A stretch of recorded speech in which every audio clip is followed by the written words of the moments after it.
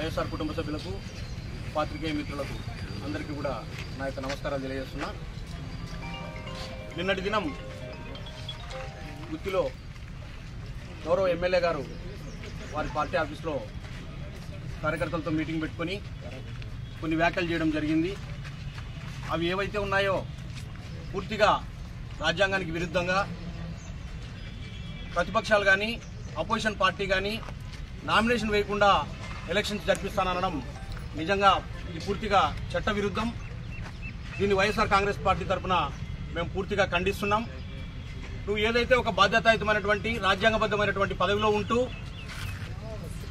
Opposite వాళ్ళని nomination వేయనీను, వేస్తే తలకాయలు తీస్తా, లేదంటే రైలు గేట్ల మీద పండబెడతా, లేదంటే వారి తోకలు కత్తిరిస్తా, లేదంటే వారి మీద కేసులు బనాయిస్తా అంటూ ఇటువంటి రెచ్చగొట్టే వ్యాఖ్యలు చేసి అనవసరమైనటువంటి ఇబ్బందికర పరిస్థితులు తలెత్తే విధంగా, శాంతి భద్రతలకు భంగం కలిగే విధంగా నీ వ్యాఖ్యలు ఉన్నాయి.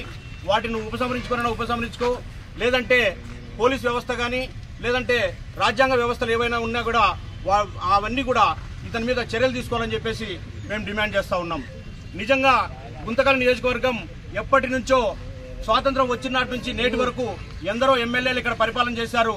అయితే వారందరూ కూడా ఒక ఎలక్షన్ రోజు మాత్రం వారి సిద్ధాంతాలు ఏవైతే ఉన్నాయో వాటిని ప్రచారం చేసుకుని మాకు ఓట్లేండి అని అడిగిన వాళ్ళని చూసాం. కానీ ఈ విధంగా నా పార్టీలో చేరకపోతేనో లేదా నాకు సపోర్ట్ చేయకపోతేనో మేము మీ అంతు చూస్తారని చెప్పిన ఎమ్మెల్యే ఎవరు లేరు.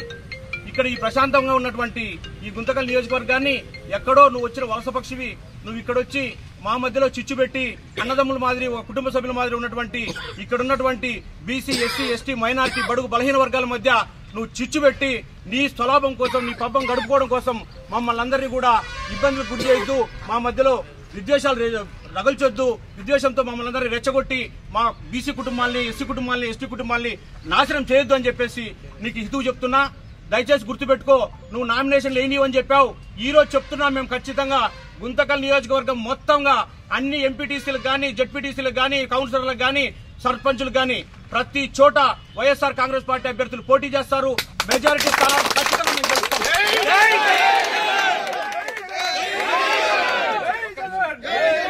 ఎందుకు నీకంత భయం? మేము పోటీ చేస్తే గెలవలేమనా? ఏడాది నీ పరిపాలనలో, నీ దౌర్జన్యకరటువంటి పరిపాలనలో ఈ గుంతకల్ నియోజకవర్గ ప్రజలు విసిగిపోయినారని చెప్పేసి నీకు ఒక భయం పుట్టుకుంది.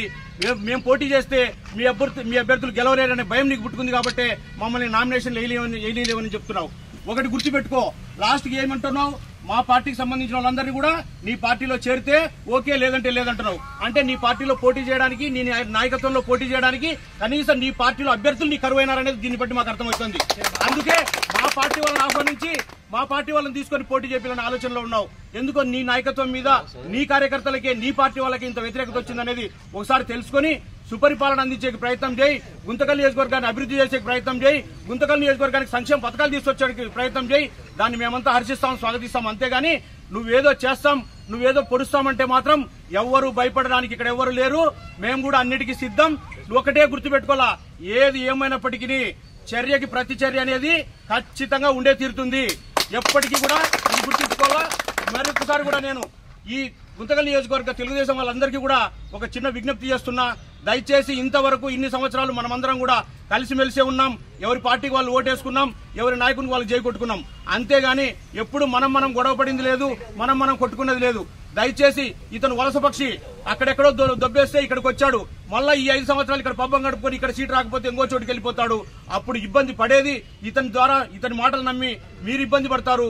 దయచేసి మీ కుటుంబాలు నాశనం చేసుకోవద్దని చెప్పేసి ఈ తెలుగుదేశం పార్టీ వాళ్ళకు కూడా నేను హితవు పలుకుతూ, మరొకసారి కూడా ఇటువంటి వ్యాఖ్యలు చేసినందుకు ఎమ్మెల్యే పదవికి నిన్ను డిస్మిస్ చేయాలని స్పీకర్ కూడా నేను డిమాండ్ చేస్తూ, నువ్వు ఖచ్చితంగా నీ పద్ధతి మార్చుకో, లేకపోతే ఏ దానికైనా మేము సిద్ధంగా ఉంటాం.